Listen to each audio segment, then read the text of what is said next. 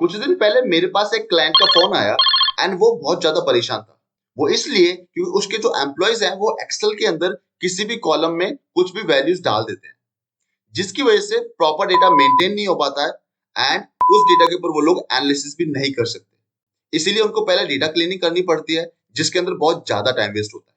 क्योंकि अगर आप गलत या फिर इनकम्प्लीट डेटा पे एनालिसिस करेंगे तो जो आपके डिसीजंस होंगे वो भी गलत होंगे। Based on the clients problem हमने यहाँ पर सिमिलर एक सैंपल डेटा क्रिएट किया है। तो सबसे पहले मैं आपको एक्सप्लेन करता हूँ कि क्लाइंट की प्रॉब्लम्स क्या थी।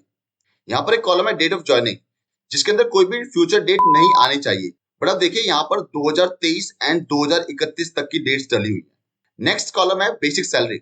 इनकी कंडीशन ये है कि बेसिक सैलरी के अंदर जो भी अमाउंट होगा वो सैलरी का 35 से 50% के बीच की ही कोई वैल्यू होनी चाहिए और कोई वैल्यू नहीं होनी चाहिए। बट आप देखिए यहाँ पर एक एम्प्लॉय के लिए सैलरी एंड बेसिक सैलरी दोनों ही सेम अमाउंट है।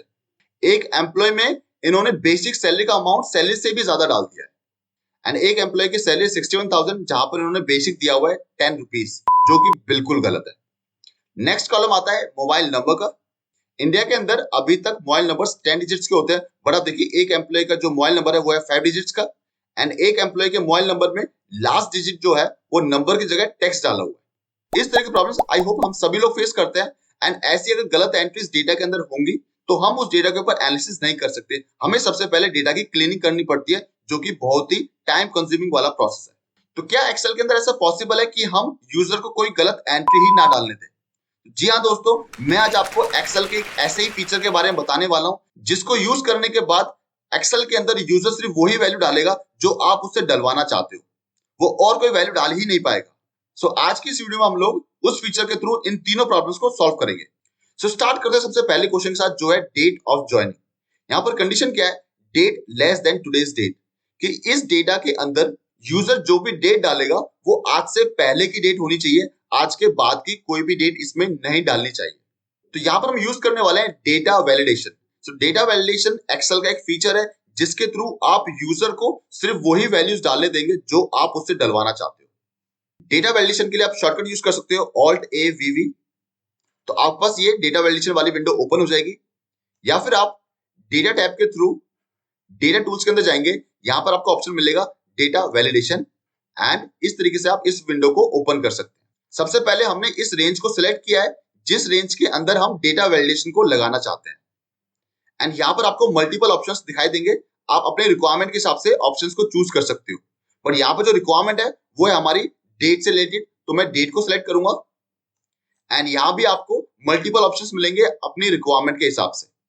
बट मैं यहाँ पर यूज करने वाला हूँ लेस देन और इक्वल्स टू। लेस देन और इक्वल्स टू हम सिलेक्ट करेंगे अगर हम आज की डेट को भी इंक्लूड करना चाहते हैं। तो अगर आपको आज की डेट इंक्लूड नहीं करनी है तो आप लेस देन यूज कर सकते हो, वो आपके ऊपर डिपेंड करता है। अब यहाँ पर हमें डालनी है डेट। अगर मैं यहाँ पर आज की डेट यूज करता हूँ 10th of February 2022, तो यहाँ पर ये डेट फिक्स हो जाएगी कि यहाँ पर जो भी वैल्यू आएगी वो इस डेट की होगी या फिर इस डेट से पहले की होगी। बट मैं यहाँ पर इसको फ्रीज नहीं करना चाहता, क्योंकि अगर मैं इसी फाइल को एक महीने बाद ओपन करूंगा तो मुझे उस पर्टिकुलर डे की कंडीशन के साथ चलना है। तो यहाँ पर मैं आज की डेट ना डाल के यहाँ पर यूज करूंगा इक्वल्स टू टुडे का फॉर्मूला, जिसकी वजह से ये मेरी फाइल को डायनामिक बनाएगा।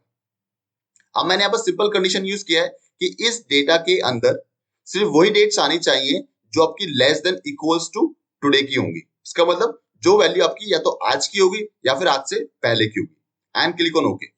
अब देखिए, अब किसी भी सेल के अंदर अगर मैं डालता हूं आज की डेट जो है आपका 10th of February 2022, तो ये एक्सेप्ट करेगा।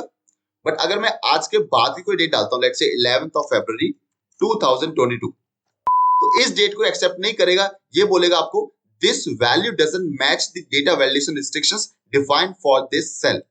इसका मतलब जो भी रिस्ट्रिक्शंस हमने लगाई हैं ये वैल्यू उसको फॉलो नहीं करती है, इसीलिए यहाँ पर एक्सेल आपको वो एंट्री करने नहीं देगा। एंड इससे पहले कि आप कोई भी डेट डाल सकते हो, लेट्स से आप डालते हो 1st of January 2021, तो ये वैल्यू भी आप डाल सकते हैं।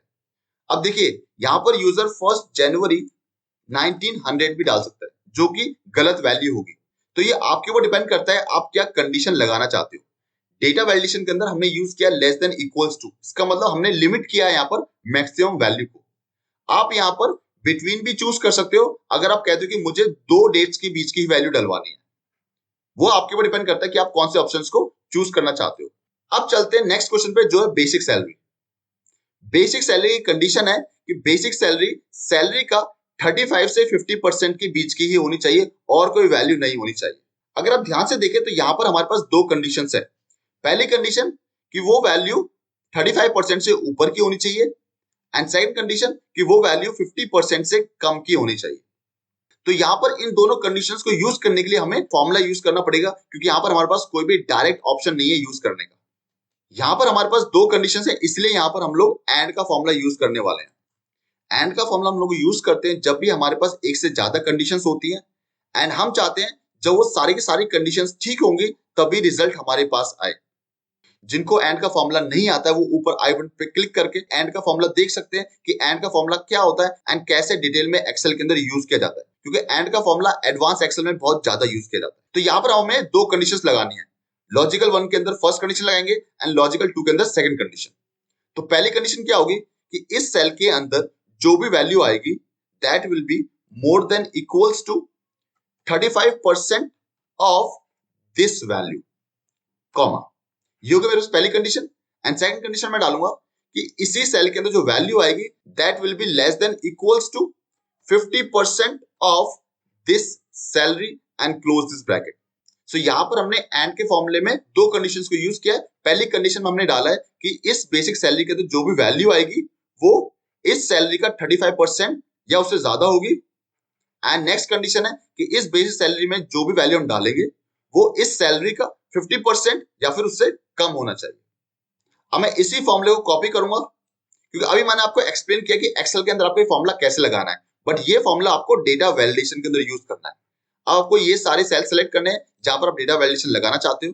उसके बाद आपको ओपन करना है डेटा वैलिडेशन टैब। मैंने यहाँ पर शॉर्टकट यूज किया ऑल्ट ए वीवी। एंड अब आपको जाना है कस्टम पे। कस्टम ऑप्शन होता है जहां पर आप कोई भी फॉर्मूले को यूज करके अपनी कंडीशंस को लगा सकते हो। तो यहाँ पर मैं इक्वल्स टू के बाद उस फॉर्मूले को पेस्ट करता हूं जो मैंने कॉपी किया है एंड क्लिक ऑन ओके। यहाँ पर मैं इन कॉलम्स को खोलता हूं जहां पर हमने पहले से ही 35% एंड 50% निकाला हुआ है इन सैलरीज का। अब मैं बात करता हूं इस एम्प्लॉय का।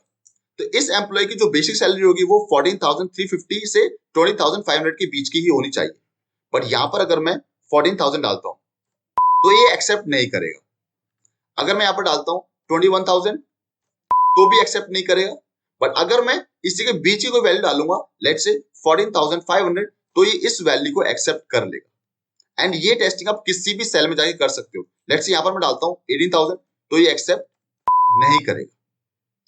फ्रेंड्स, अगर आपने एक चीज नोटिस की हो, जब भी आप कोई गलत वैल्यू डालेंगे तो आपको ये सेम एरर देता है, this value doesn't match the data validation restrictions defined for this cell.